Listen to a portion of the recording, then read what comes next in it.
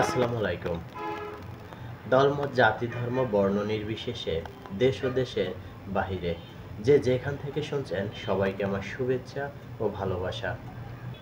দর্শক, এখন কথা বলবো আবারও সেই পুলিশ, আবারও আন্দোলন, আবারও গুলি। চলুন ৭১ টিভির একটি প্রতিবেদন দেখে আসি আমরা।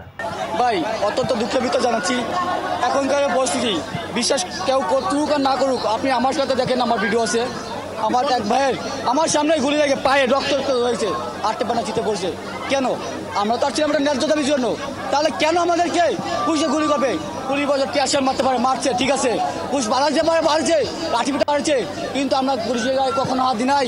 আমরা অহিংসভাবে আমাদের রাজপথ দিয়ে আমরা চলে যে পর্যন্ত আসছি, আমাদের মৃত্যুকে আমরা হাতে নিয়ে চলেছি আমাদের একটা ন্যায্য দাবির জন্য। আজ অত্যন্ত ভারাক্রান্ত নিয়ে বলছে। আমরা দেখেছি এখানে এসেছেন, ওনারা কি আপনাদের সাথে কথা বলেছেন? সেনাবাহিনী সদস্য আমি দেখাচ্ছি ভিডিও, আমার সামনে আমার বাইকে আমার হাতে নিয়ে দেখাচ্ছি। ভাই দেখেন, আপনাদের সামনে, আপনার মানবতার, আপনার বাঙালি, আপনার চান না বাঙালি করে হতে হোক, একটা মানুষ মারা যাক, কিন্তু আপনাদের সামনে পুলিশ গুলি করতো ওই, আপনারা তো কোনো ব্যবস্থা নেন নাই, আপনারা তো কিছু করেন নাই। আপনারা দেখেছেন আমরা অত্যন্ত শান্তিপূর্ণভাবে শাহবাগে ছিলাম। শাহবাগ থেকে আমরা অত্যন্ত শান্তিপূর্ণভাবে পুলিশের অন্তত 10টি ব্যারিকেড ভেঙে আমরা যমুনার সামনে এসে হাজির হয়েছি। এখানে আসার পর আমাদের এই পুলিশে অনেকেই টিয়ার সেল মেরেছে, গুলি মেরেছে, অনেকে আহত হয়েছে, আমিও আহত হয়েছি। আজকে বলতে চাই, আমরা সরকারের কাছ থেকে অবশ্যই একটা সুরাহা দিয়ে দিতে চাই। আপনার প্রশ্নের জবাবে বলতে চাই, সরকারের পক্ষ থেকে এখন পর্যন্ত কোনো আশ্বাস আমাদেরকে দেওয়া হয় নাই। স্পষ্ট ভাষায় বলবো, সারা বাংলাদেশের ছাত্রদের প্রতিনিধি হিসাবে আজকে এখানে দাঁড়িয়ে বলতে চাই, যতক্ষণ পর্যন্ত আমাদের এই দাবি মেনে না নেওয়া হবে ততক্ষণ পর্যন্ত আমরা এখানে থাকবো, অবস্থান করব, প্রয়োজনে মরে যাব, তবু এখান থেকে যাব না ইনশাল্লাহ। আমরা শুনছিলাম, আমরা একটু নারী এখানে যারা চাকরি প্রত্যাশী রয়েছেন তারাও অনেকে এসেছেন, আহত হয়েছেন দু একজন, এরকম শুনেছি। আমরা একটু কথা বলতে চাই, কিসের দাবিতে আপনারা এখানে এসেছেন, এখন কি পরিস্থিতি? আমরা 35-এর দাবি নিয়ে এখানে আসছি। এখন তো অবস্থা ভয়াবহ, পুলিশ আমাদেরকে অযথা গুলি, আমাদের উপর গুলি চালাচ্ছে। জি না, আমরা কোনো ধরনের সংঘর্ষ করিনি, বরং তারাই আমাদের উপর গুলি চালিয়েছে। খালি শুনছিলেন যে পুলিশের অবস্থান যদি আমি আপনাকে একটু দেখাই, এখনও কিন্তু পুলিশ এবং আনসার ব্যাটালিয়নের যারা সদস্য রয়েছেন তারা এই দিকটাতে রয়েছেন। বাসভবন যমুনার সামনে এখনও সেনাবাহিনীর সদস্যরা রয়েছেন, র্যাবের সদস্যরা আছেন, অর্থাৎ আইন শৃঙ্খলা যারা নিয়ন্ত্রণ করবেন তারা সবাই কিন্তু এখানে আছেন। কিন্তু শিক্ষার্থীরা তাদের দাবিতে অনড় যে চাকরির বয়সসীমা, এর আগে যখন তারা শাহবাগে কিছুক্ষণ আগেই যখন তারা কথা বলছিলেন তখন কিন্তু তারা মূলত উপদেষ্টা আসিফ নজরুলকে উদ্ধৃতি দিয়ে বলেছেন যে তিনি যখন উপদেষ্টার পদে ছিলেন না, ঢাকা বিশ্ববিদ্যালয়ের শিক্ষক হিসেবে ছিলেন, সামাজিক যোগাযোগ মাধ্যম, টকশো সহ বিভিন্ন প্ল্যাটফর্মে তিনি চাকরির বয়স 35-এর পক্ষে ছিলেন। কিন্তু উপদেষ্টা হওয়ার পরে তিনি আসলে এই বিষয়টিকে কর্ণপাত করছেন না, বা তাদের সাথে এই যে তাদের প্রতি একটি সিম্প্যাথি এর আগে ছিল সরকার পতনের আগে, এখন সেটি তাদের পক্ষে নাই, এমন অভিযোগ তারা করছেন। আমরা একটু আইন শৃঙ্খলা পরিস্থিতি দেখাতে চাই যে এখানের এখনকার একেবারেই প্রধান উপদেষ্টার যে বাসভবন রয়েছে সেই প্রধান ফটকটি বন্ধ রয়েছে, এবং শিক্ষার্থীরা বলছেন যে প্রধান উপদেষ্টার পক্ষ থেকে কোনো প্রতিনিধি অথবা প্রধান উপদেষ্টা যদি নিজে আসেন তাহলে আসলে, বা কোনো আশ্বাস যদি তাদের দেওয়া হয় সেটি তারা মেনে নেবেন এবং সেই কথা শুনবেন, কিন্তু এর আগে তারা আসলে কোনোভাবেই এখান থেকে সরবেন না। সেনাবাহিনীর আরও গাড়ি এসেছে, আমরা দেখতে পাচ্ছি যে সেনাবাহিনীর সদস্য যারা আইন শৃঙ্খলায় দায়িত্বে রয়েছেন, এবং যেহেতু তাদের ম্যাজিস্ট্রেসি পাওয়ার রয়েছে, আইন শৃঙ্খলা পরিস্থিতি খুবই কেপিআই এলাকায়, যেহেতু এটিকে এই জায়গাটি প্রধান উপদেষ্টা থাকেন, সরকারের প্রধান এবং সবচেয়ে গুরুত্বপূর্ণ ব্যক্তি, তিনি এখানে থাকার কারণে তাই সেই নিরাপত্তাটা ধরে রাখা রাষ্ট্রের জন্য বড় দায়িত্ব, এবং আইন শৃঙ্খলায় যারা দায়িত্বে রয়েছেন সে কারণে আমরা দেখতে পাচ্ছি বিপুল সংখ্যক আইন শৃঙ্খলা বাহিনীর সদস্যরা এরই মধ্যে এখানে হাজির হয়েছেন। পুলিশের সাথে টিয়ারশেল নিক্ষেপ, রাবার বুলেট নিক্ষেপ যতটুকুই হয়েছে পুলিশ করেছে, সেখান থেকে পুলিশ এখন কিছুটা বন্ধ অবস্থা, অর্থাৎ নীরব একটি জায়গাতে রয়েছে। সেনাবাহিনীর সদস্যদের আমরা দেখতে উল্টো দিক থেকেও তারা এসেছেন, অর্থাৎ দুদিক থেকেই সেনাবাহিনীর সদস্যরা আছেন। আমরা দেখতে পাচ্ছি তারা এখানে এই অবস্থানে কিছু শিক্ষার্থীরাও যাচ্ছেন।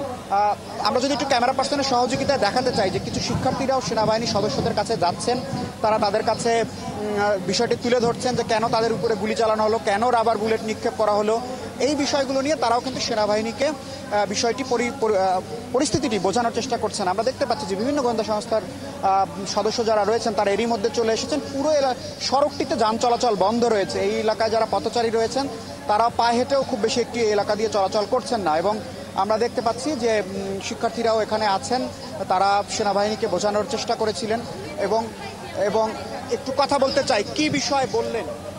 যে আমরা ওনাদের জিজ্ঞেস করছি, আমরা তো অহিংস আন্দোলন করতে চাই, আমরা তো কোনো এখানে মারামারি করি নাই, ঢিল মারি নাই, মানে যমুনাতে আঘাত করি নাই, কোনো আইনশৃঙ্খলা বাহিনীকে আঘাত করি না, তাহলে আমাদেরকে কেন টিয়ার শেল মারা হলো, আমাদেরকে কেন গুলি করা হলো? আমাদের কয়েকটা ভাই আহত হয়েছে, গুলি খাইছে, হসপিটাল নিয়ে গেছে, কয়েকটা ভাই এখানে আছে আহত।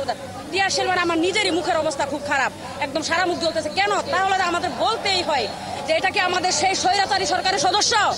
আমরা সেই সরকারকে উচ্ছেদ করেছি, আমাদের সরকার আছে যে ছাত্র জনতা কথা, আমরা সেই রক্ত দিয়ে আমরা যে সরকারকে বসিয়েছি, রক্ত দিয়ে যে উপদেষ্টাকে বসিয়েছি, তাহলে আমাদের সেনাবাহিনী সদস্যদের সাথে কথা বলছেন শিক্ষার্থীরা। আমরা সেই চিত্রটিও দেখতে চাই যে যারা এখানে আন্দোলন করছেন, যারা চাকরি প্রত্যাশী, চাকরির বয়সীমা 35-এর দাবি তারা করে আসছেন, এবং তারা বলছেন যে কেন গুলি করা হলো সেই বিষয়টি সেনাবাহিনীর কাছ থেকে তারা, গোয়েন্দা সংস্থার একজন সদস্য আছেন এখানে, সেনাবাহিনীর সদস্যরা এখানে এসেছেন, তাদেরকে দেখানো হচ্ছে যে কেন তাদেরকে এই গুলি করা হলো এবং তাদের উপরে কেন রাবার বুলেট নিক্ষেপ করা হলো।